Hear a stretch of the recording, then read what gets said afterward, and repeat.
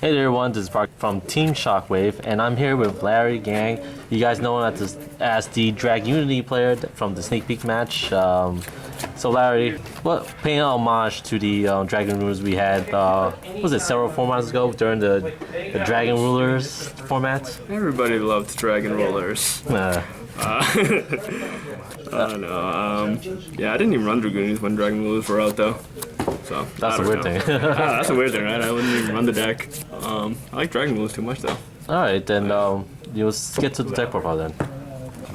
So we obviously have 3 ducks, 3 phalanx,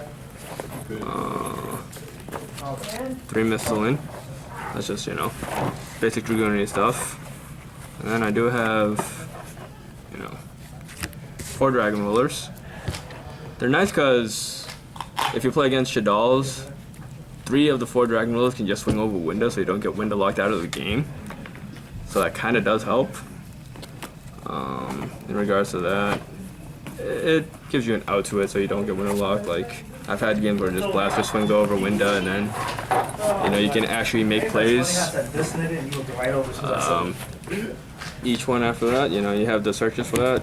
Water Earth, the Breed Dragon, which sets up strange plays because you can go summon, bring back Phalanx, and then send Phalanx off, and then makes weird plays with Scrap Dragon Pop, or potentially go into other plays, depending on how many Misslings you have. It's just searches for each of the dragons, because I do run the Sacred Sword of 7 stars.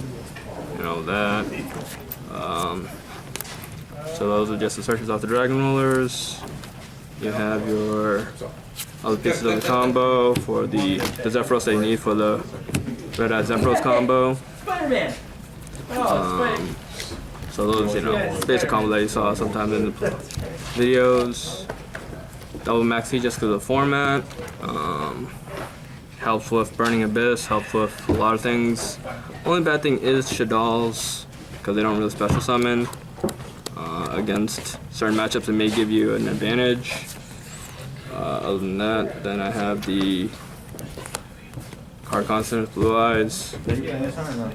Just for draw factor, dragons. Kind of just threw them in there. Same with the Leviathan and the Lad. If I was actually building a new build, I probably wouldn't run these. I just wanted to try out the Leviathan Lad combo. Didn't drop Lad at all, so it's kind of there. Didn't really go in. Your typical draw cards, double card consonants, trade in for Phalanx, Blue Eyes, Leviathan, which you could have searched off Tempest, Lad, the Blue Eyes off card consonants. Kind of just there to get those cards out of your hand and draw more cards. Sacred Sword, more draw. Searches out Phalanx, Mistling, so it's kind of nice if you hit a Tempest. Then we have the 2 Dragunity equips. Honestly, it's not as impressive as I thought it would be. It does give you a search for Phalanx, but you only need that one search, so it's, I don't know. I don't think it did enough to put Dragunity back onto the board. It gives you a way to search Phalanx, I'll give you that, but then with all the other effects, you kind of don't have a problem with searching Phalanx or equipping Phalanx. With the build it was right now, I wasn't running other cards like Brandon Stock for the double attack. So I mean, there might be a better version with the Brandon Stock for the OTKs. Didn't really have time to think about it. Then after that, Dragon Shrine out of 1 of. My reasoning was, after you resolve 1 Dragon Shrine, you usually don't need any other, because it does dump the Phalanx, and it's, I don't know. You send, Flame Veil Guard and plays like that, send Phalanx, send an E-Dragon, it's... I think I'd rather have more combo pieces than more Dragon Shrines, because we're not in Dragon Ruler format, so... It's like, you have your combo pieces rather than drawing shrines that just send something to the grave and then it does nothing else. One of MST, that is because I do run 2 trap stuns. I do, but I don't have it. The parameters. You know, 1 Sark, obvious, you know, Sark out, Tempest for missile in plays, or, you know, Phalanx if you have card consonants, Snatch Steal, because it's Snatch Steal. Decided not to run a Geki because you can usually power over a lot of monsters. And I just wanted to have more combo pieces to make sure my plays went off. What do we have? Double Trap Stun. That is again to make sure that plays go off with Burning Abyss nowadays. And Satellar just heavy trap these decks, get you around emptiness. I guess it didn't really help against Parker because he didn't play any traps. In a few games I was just sitting these at the background like, this is not gonna help. It also helps if you have your own emptiness and you flip trap stun, and then, you know, you don't have to waste another emptiness, and you can like put a board out and establish a board, and then you have emptiness alive on their turn. Compulse. I figured it's the best trap card right now to run. It was between this and Warning. Just because Compulse does get around Dante, you know, Dante, Delthros, Winda, and all that stuff, while Warning kinda does, and it helps more against Quillforts. So it's really a toss-up, in my opinion. And then the last 2 cards were 2 Emptinesses. I was borrowing the other one from a friend. So it's just because you can establish such a big board, and you can open the, or if you have the Stardust, Spark Dragon, and Emptiness face up, you can basically win this format.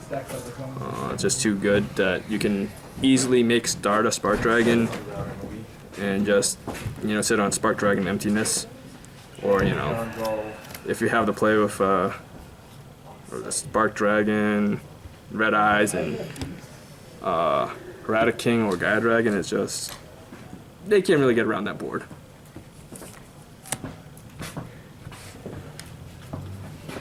Extra deck. Only 2 Vajrayanas. Just because you can combo off so well, you shouldn't. You can run 3. I just never had a necessity to go to 3, and I would rather put the space for something else, for more versatility and more options. Gatorge for the opening the combo with Mistlin, Dux, and Phalanx. Black Rose, that was honestly kind of just thrown in there in case I had a situation where I could board wipe. It was a dragon, so I kind of just threw that in there. You could probably replace that for a 3rd Vajrayana. Scrap Dragon, Stardust. There is supposed to be a Spark Dragon. Again, borrowed that off a friend. So it's these 2, and then Spark Dragon, just because, in my opinion, those are right now the best 3 level 8s. Like, there's nothing you can really Blader Lock. You can Blader Lock against Shaddolls, that's about it. Other than that, possibly with Quillforts, but I hadn't really playtested against Quillforts with the new build. Skill Drain, I don't know how I feel about it, or getting Skill Drain's kind of weird. Yeah, okay, cool. At least this will give you an out to Skill Drain when you flip Trap Stun or have an MST, and then you may be able to gain some advantage Yeah, I had a back. feeling. And he was there for a while, so I figured. Star Eater for E-Dragon and Debris, on the off chance that it happened. If you make the play with having 2 E-Dragons live and then summon Debris Dragon, bring back Flameville Guard, go into an 8 and Star Eater, swings over Leo, he's, you know, easiest thing to drop that's kind of that big. So I need that card in my deck. 2 Atoms, you know, part of the combo. Gives you that access with the Mistlins or the Vajrayanas / Gatorge. On top of those, the 2 Gaia Chargers. It's just like, you know, Just wanted that stuff and said, make some attackers. Pretty basic. wasn't like, oh, I want that stuff. And I was like, okay. Bane. And then after that, the rank 7s. Sorry. You know, I E-Dragons. mean, Kind of nice to steal people's stuff. like, probably not a This lot. gives you ways to We didn't do a lot of business. make E-Dragon plays and gain advantage by popping. You can tribute this off to dodge the Shaddol Fusion from the deck. And then the last one is the Felgrand. Needed a rank 8 for the Mystic Tree Dragon, Mystic Water Dragon. Figured Felgrand dominated format, so Felgrand Emptiness is kind of nice. This for the water, right? So I went with Felgrand out of everything else. So yeah, that's about it. All right, thanks again, Larry, with the deck profile. Any last thoughts before we end this video? I could honestly see this being a competitive deck if you can figure out the consistency behind it. The Emptiness lock is very powerful with the Spark Dragon Emptiness or Spark Dragon Felgrand.